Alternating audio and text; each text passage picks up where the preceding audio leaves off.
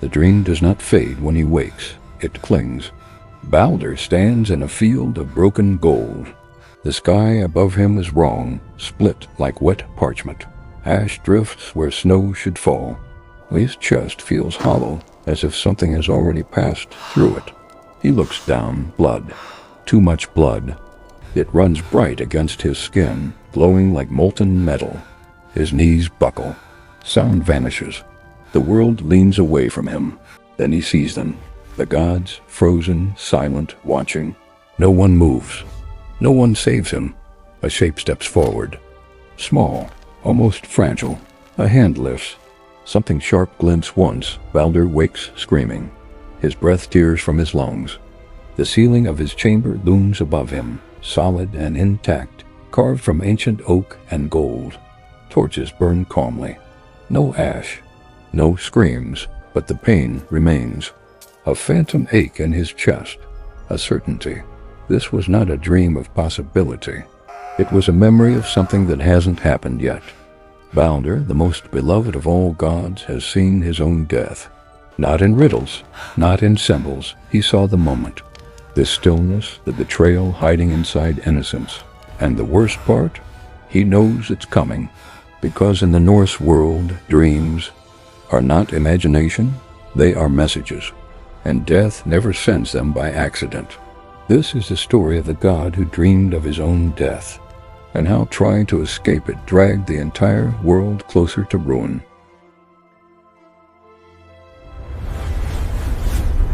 Unveil the legends.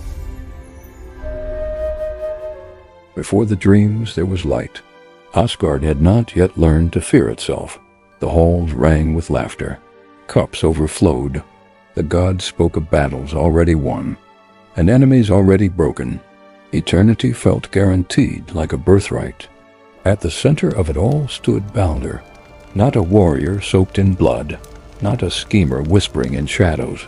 Baldr was something rarer, good, radiant, gentle, so bright that even hardened gods soft around him. His presence calmed storms. His voice ended arguments. No blade had ever tasted his blood. The gods loved him, and that frightened Odin.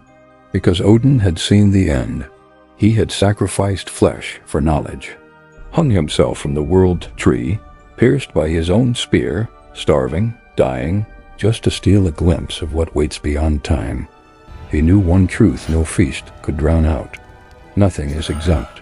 So when Baldr came to him, voice steady, eyes haunted, speaking of dreams where his life ended violently, Odin didn't hear fear. He heard prophecy. Frigg refused it. A mother's love is louder than wisdom. She believed fate could be reasoned with, bribed, cornered, that death itself could be told no. And while gods argued, Loki listened. Loki, who noticed what others ignored.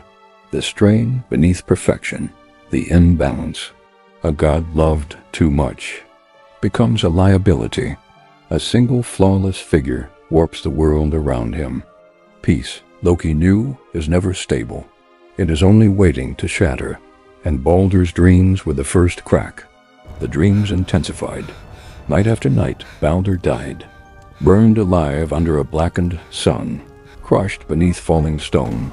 Drowned in cold, endless water. Always surrounded by gods who couldn't or wouldn't help him. Sleep became torture. The smell of iron followed him into waking life. The echo of his mother's scream lingered in his ears. His body remained untouched, but his mind was already bleeding. The gods gathered. Fear crept in, thin and sharp. So Frigg acted. She crossed realms not as a queen, but as a beggar.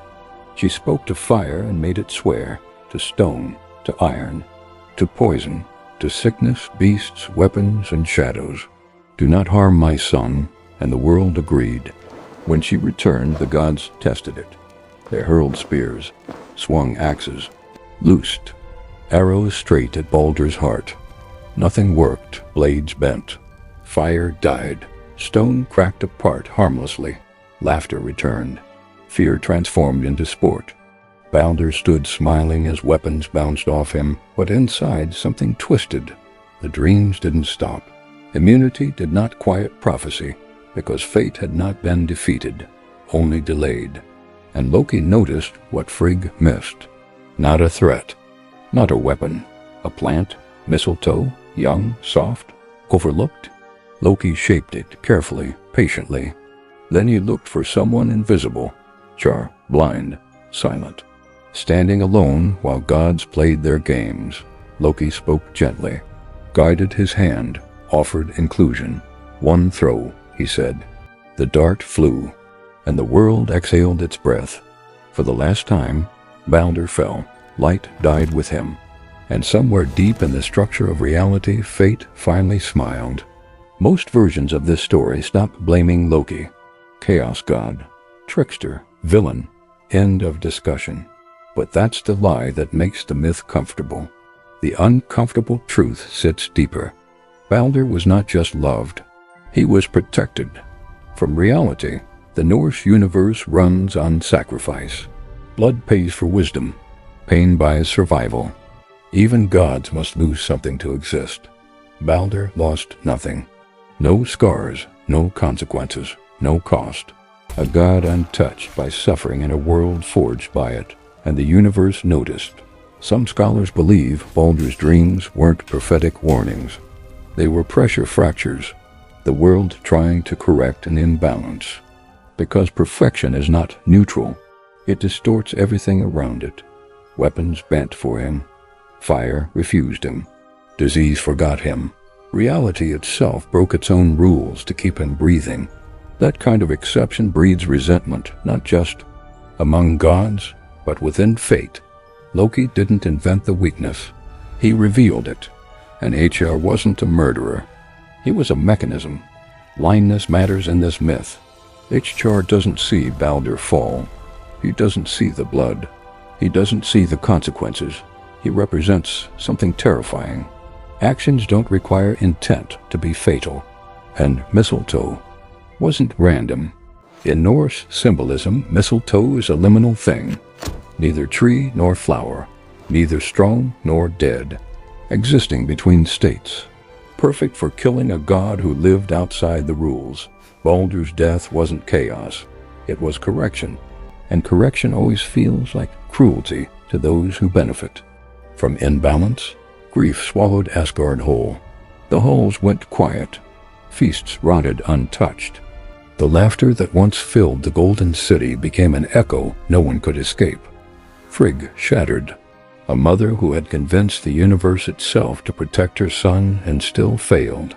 So the gods tried the last thing left. Reversal. Hermo rode. To hell across burning bridges and frozen wastelands, through realms that swallow hope whole.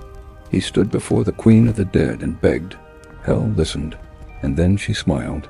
I will return Baldr, she said, if every living thing weeps for him. Every living thing. The gods rushed back with desperate hope, and the world responded. Stones cracked with grief. Trees dripped sap like tears. Beasts cried. Mountains groaned. Even the air seemed to mourn. The universe loved Baldr. But love is not unanimity. One voice refused. An old woman in a cave, dry-eyed, unmoved. She spoke one word, no. The bargain shattered. Baldr stayed dead. And here's the irony that cuts deepest.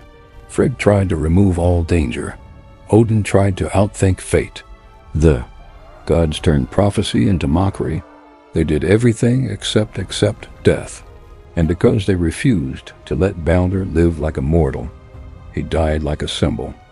Not in battle, not by enemy hands, but by a loophole. The more they tried to escape destiny, the more precisely it found them. The Norse didn't believe fate was cruel. They believed it was honest. Baldr's body burned. His light faded, and something fundamental broke. This was the first god to die unjustly, the first crack in eternity. The moment the universe learned gods were not exempt. Ragnarok didn't begin with fire raining from the sky. It began with denial, with a dream ignored, with fear turned into arrogance, with love that refused to accept limits. Baldr's death taught the gods a lesson too late. You cannot outpace. fate. You can only collaborate with it. So here's the question worth sitting with. If you dreamed of your own death, would you fight it? Would you deny it? Or would you listen to what it's trying to tell you? Because Baldr wasn't the last god to fall. Not even close. The next story is darker. A god who didn't dream of death. He chose it. And when he did, the world didn't just mourn. It burned.